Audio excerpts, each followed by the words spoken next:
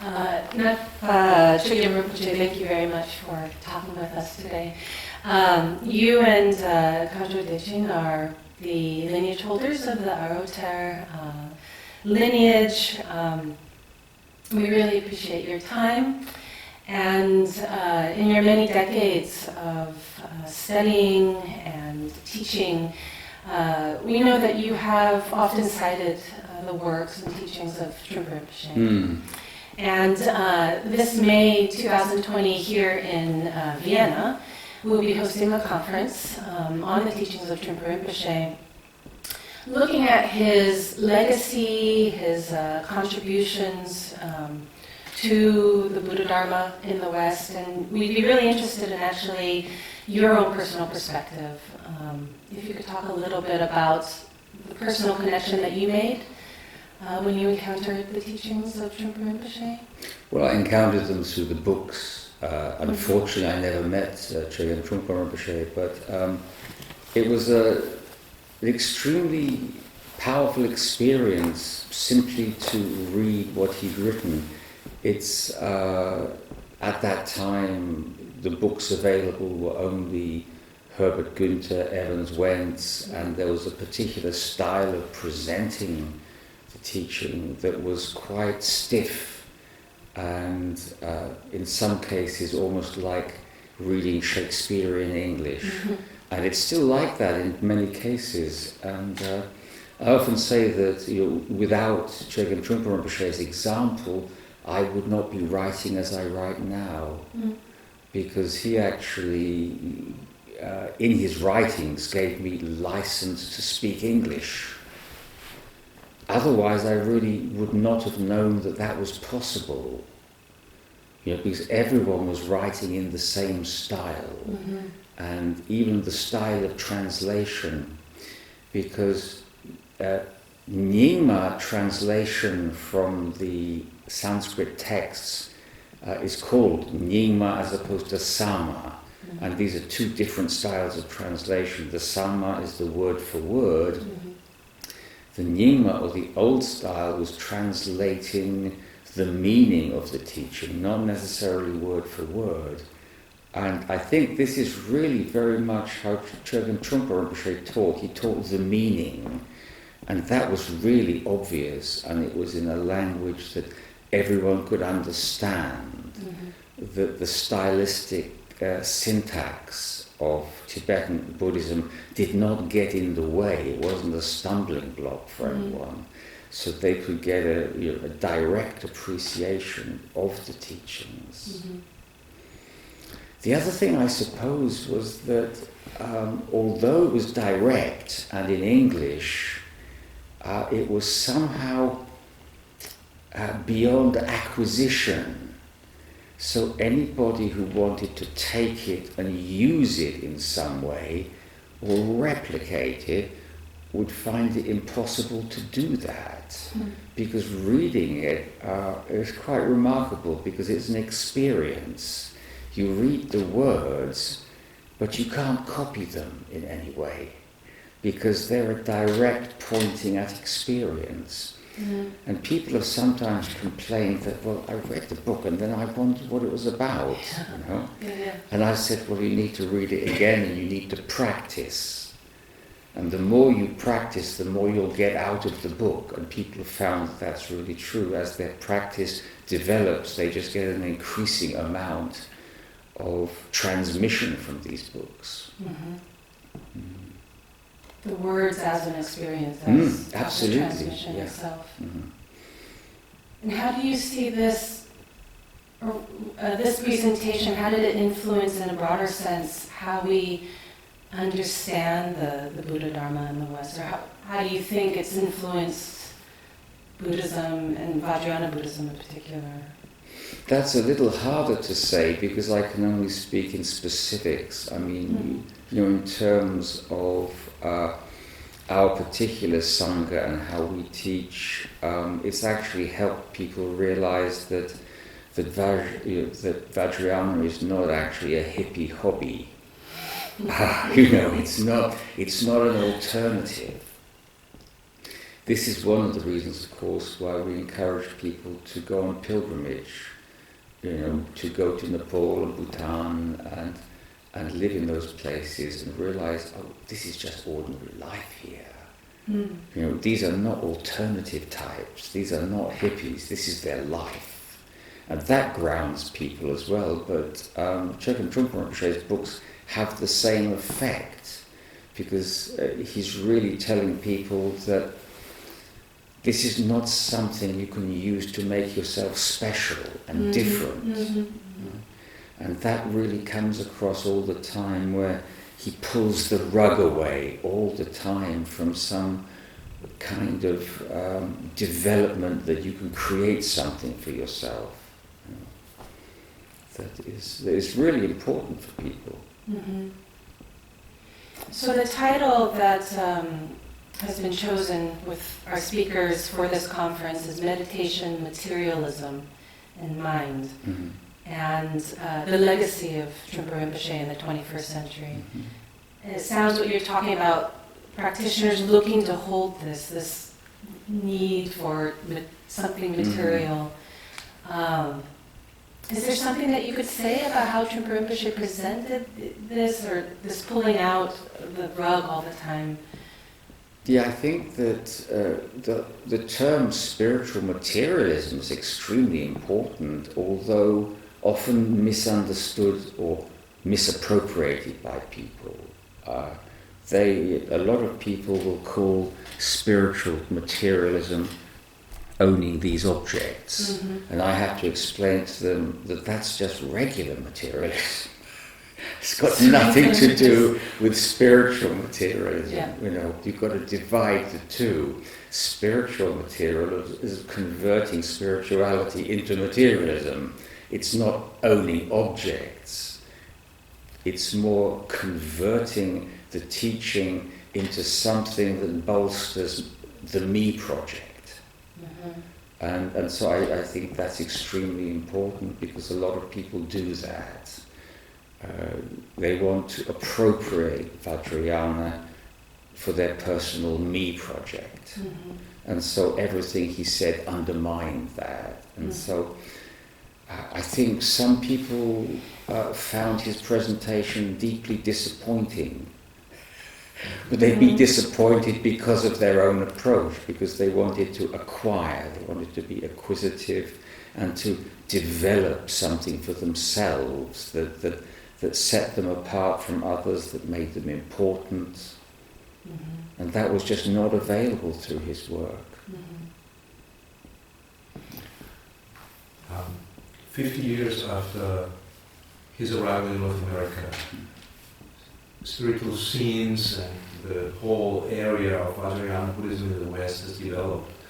Do you see any particular topics, issues with regard to his teachings that would be specifically appropriate to look at this current time that we are in? Yeah, one of the important ones that I've not mentioned yet is the arts. I mean, he was really the first one to establish an arts university as a Buddhist practice. And there are some other lamas like Tachin Rinpoche who's taken it up to a certain extent, but very much in the sphere of the Tibetan Buddhist arts rather than art as a broader sphere. And one of the things I'm sorry about really is that I could never be part of that. I never had the money to go to America and meet him, but he was involved with poets like Allen Ginsberg, and the poetry he wrote, I mean, he wrote some poetry that was obviously in the Tibetan genre, but then he wrote poetry completely outside that, and introduced people to the fact that the arts are part of the practice.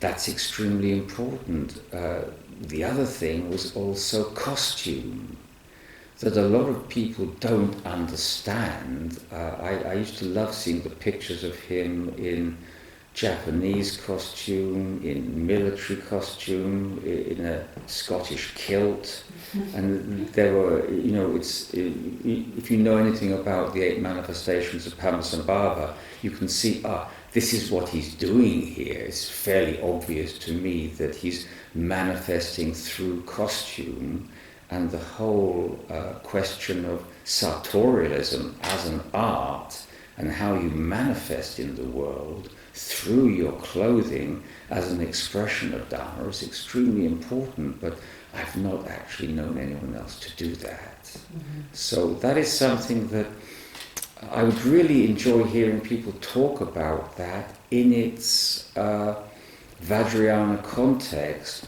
rather than as if it were his peculiarity in some way, which I think some people see it as that. I've never seen it as that. I've simply seen it as this is him manifesting as Padmasambhava manifested in the 8 manifestations. In each circumstance there's some other costume, and you can manifest the teachings through costume, costume being one of the arts. This is one of the things that Ngakpa Chögyam Rinpoche told me back in 1971, that every tantrika has to be an artist. You can't be a tantrika unless you are an artist. So you need to manifest all the arts, and he certainly did that in such a broad way,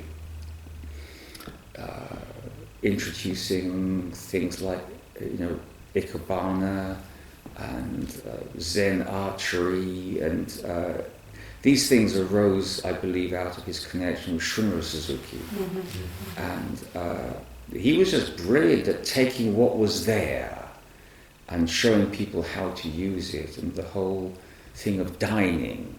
How dining became an art, and because it is one of the arts, and so he expressed it through that.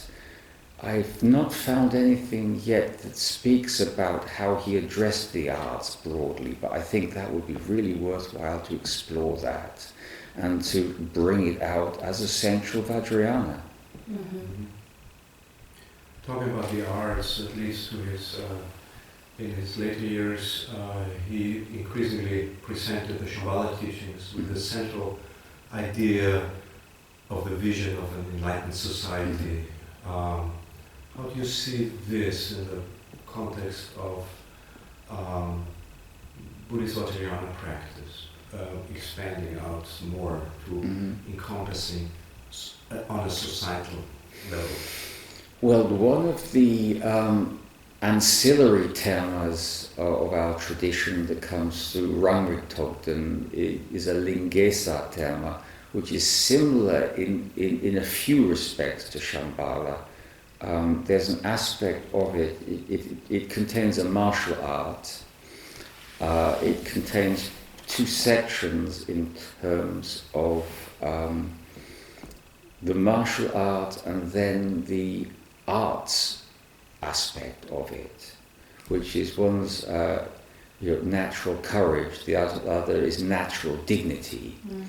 The natural dignity aspect of the terma is empty and was designed to be filled in according to the culture of where it ended up. Mm. So if you look at what's supposed to happen in this natural dignity area, it's supposed to be enlightened society, although that word wasn't used by Rangrig Togden. It's very similar, and so one has to look at this whole question of dancing and dining. And this is actually, interestingly, when I looked at this and I thought, so what do we do here in terms of society? How do we manifest this? And now, I've never been able to get a reference for this, but one of Trungpa Rinpoche's students told me that he once said that the closest he ever saw to enlightened society was Jane Austen's England. And I've tried to get the source for it, but I can't. But anyway, I thought about this, and I thought, right, that's what we do. It's Georgian dancing and dining, and so we've incorporated that now into this sphere of natural dignity. And the Georgian dining is very interesting because you never serve yourself. Mm-hmm. You have to have an awareness of other people around the table, and you need potatoes, so I offer you the potatoes because you don't have any on your plate. Mm-hmm. And this was just normal in Georgian times, and so I don't know how much Trungpa Rinpoche knew about this, but or whether he in fact ever said this, I have no idea. But we've taken it up from that and used it as the model. Mm-hmm. And the dancing is quite interesting because it's very precise. It's something to learn, and it's a certain form in which you can manifest awareness, awareness of others, awareness of your own physical movements, and to perfect those movements. Mm-hmm. So I think that's very important. Whoever does it in whatever form, the enlightened society, in terms of integrating the teachings with life as it is, and finding forms that can be perfected within it, is really important. Mm-hmm. At the moment, I've got a group of students who've joined me in a project for recreating the band in which I was a vocalist at the end of the 60s, the Savage Cabbage Blues Band. And so it's working out in a different form. We've got 3 lady vocalists. I'm no longer the vocalist.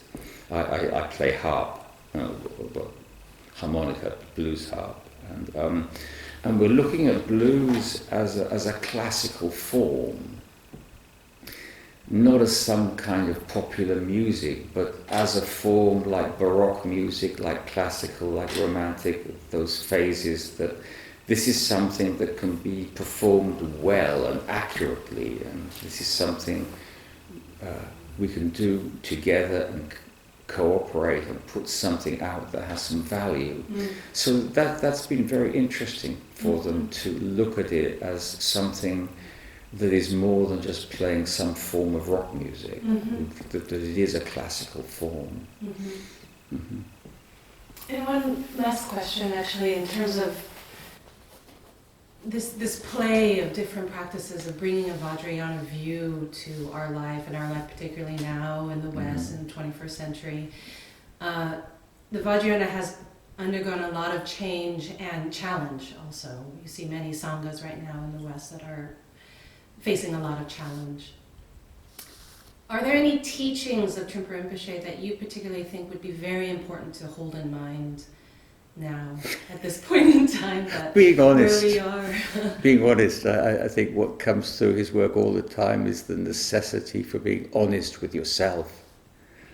That's actually really central and fundamental to everyone, just maintaining that honesty and integrity of approach. And actually practicing. I think that what often goes wrong with sanghas is that people don't practice. If you want to be involved with Dharma without practicing, then you have to become political in some way. You have to do something, and that leads to manipulation and all kinds of problems. Those who practice don't actually get involved with politics. Those who are honest don't do that. They don't manipulate. And it's usually manipulations always occur, and status seeking come out of not practicing. So I think that's one of the crucial issues, because if you're honest, then the whole situation becomes honest. And the difference between honesty and dishonesty becomes obvious.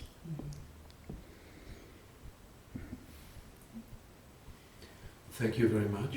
Oh, Thank you. Thank you for talking to me. Thank you for your time and your support. Well, Of the communities. I don't actually see it as support. I see it as being honest, because Trungpa Rinpoche was such a big influence on me, and I have such a great debt of gratitude to him. That's always been there. I talk about him quite often, which is odd because I never met him, but it's almost as if I met him. I had a dream about him once, many years ago, and the dream was actually the time he died, and I wrote a piece of poetry about the dream, and I think it went out at the event in London back in 2013. Okay, yes. But if you're interested in it, I'll send it to you. Yeah. Yes. Yeah. Thank you. Thank Thank you very much. Mhm.